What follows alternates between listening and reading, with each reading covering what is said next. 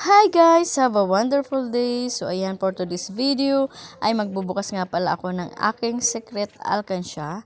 Bakit ko tinawag na secret alkansya ay dahil nakatago lang ito sa damitan ko at sekreto kong hinuhulugan na walang sino mang nakakaalam na nag-iipon ako dito.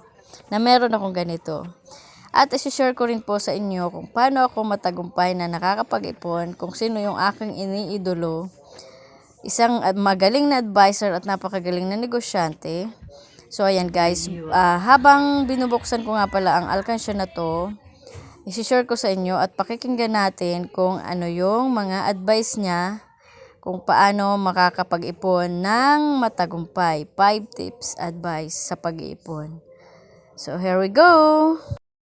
Mas makakatulong po sa inyo kasi parang nakakaltas na ang sahod na hindi mo malalaman. Kaya nga, importante po ang goal po natin pag tayo po ay may utang, makalabas na po tayo sa utang para ma-refunnel po natin ang ating pera sa ipon. Yung mga iba, panay umpisa ay talagang walang tapos. Ang tawag po doon ay ningas kugon. At madalas, may mga iba nag-iipon, pagkatapos po, ano nangyayari? May kumukupit. Opo. Sino po kung kumukupit? Di kung sino po yung nakakaalam kung nasaan yung ipon. Kaya nga sa video, usapan natin ang 5 tips paano maging successful ng ipon at sa dulo ng video, i-reveal ko po sa inyo saan po tayo pwedeng kumita ng 6.5 interest rate per annum. So, ngayon, pag-usapan na natin ang 5 tips ko po. Number 1 tip, kailangan ilista. Ilista mo lahat ng iyong ginagastos on a monthly basis. You got to know where your money is going in order for you to know where you are heading. Dalawa lang direction yan. Number 1, financial freedom. Number 2, financial disaster. Ikaw ba natanong mo na sa sarili mo itong tanong na ito? Saan napunta ang kinita ko? Kung yan ang tinatanong mo, this year, next year, yan din natatanongin mo hanggang mag-retire ka. Kaya kailangan po, alamin po natin saan ba napupunta ang ating gastos. Ilista mo muna. Pag nalista mo na, the second thing that you need to monitor, identify mo na kung ano yung needs and ano ang wants. When you say needs and wants, dapat yung gastos po natin ay mas marami po sa needs kaysa sa wants. Kailangan naman, pag nag-create po tayo ng listahan ng gastos, dapat higit ang ating kinikita kaysa sa ating ginagastos. Does it make sense? If it makes sense, type make sense sa comment section. So, that's the first one. Track your spending and make sure that your income is more than what you're spending. Number 2 po, para maging successful ang ating pag-iipon po right now, magbayad po tayo ng ating utang. Huwag deadmine ng utang. Alam mo bakit? Imbis na sa ipon na pupunta ang ating pera, sa interest ng pagbabayad ng utang na pupunta. Imagine mo ako, nagbabayad ka ng additional 2,000 to 3,000 pesos sa interest pa lang sa utang mo. That's 2,000 to 3,000 pesos na nawala sa ipon mo. Times mo ng 12 months, that's around 24,000 to 36,000 na nawala sa ipon mo.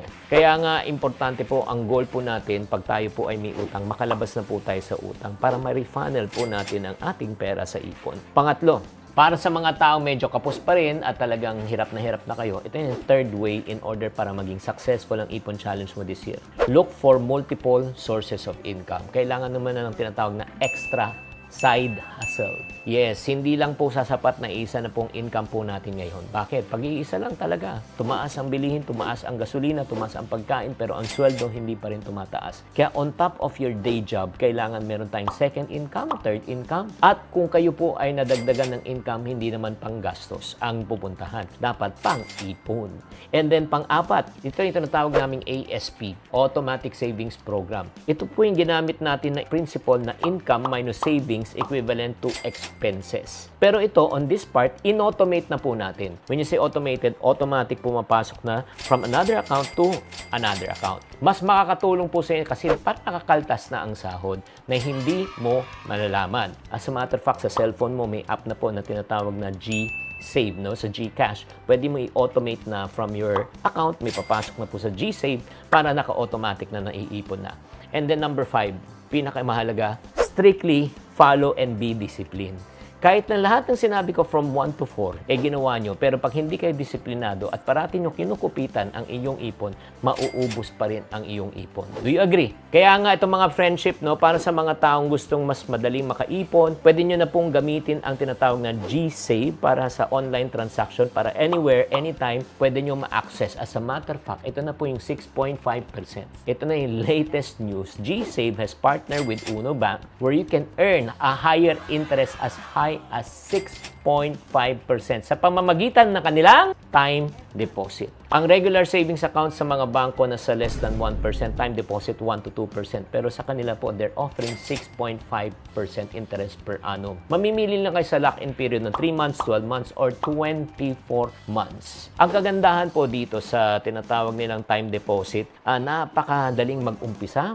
In less than 5 minutes, pwede ka mag-open account. No maintaining balance. At the same time, kailangan mo lang one valid ID to verify your GCash and access your GSave account. Napaka-convenient po. All services, nasa phone nyo na, pwede na kayo mag-ipon, at pwede na kayo mag-check ng inyong time deposit sa pamamagitan ng inyong GCash app. At ito yung pinaka-best. This is also covered by PDIC. PDIC covered to. At least 500,000. Kaya mga friendship, if you want to know more on how you can avail of this 6.5%, all you need to do is just check them out and see poster and print ad for details. Maraming salamat. Tatandaan, ang tamang karunungan at tamang kaalaman ang siyang magpapayaman.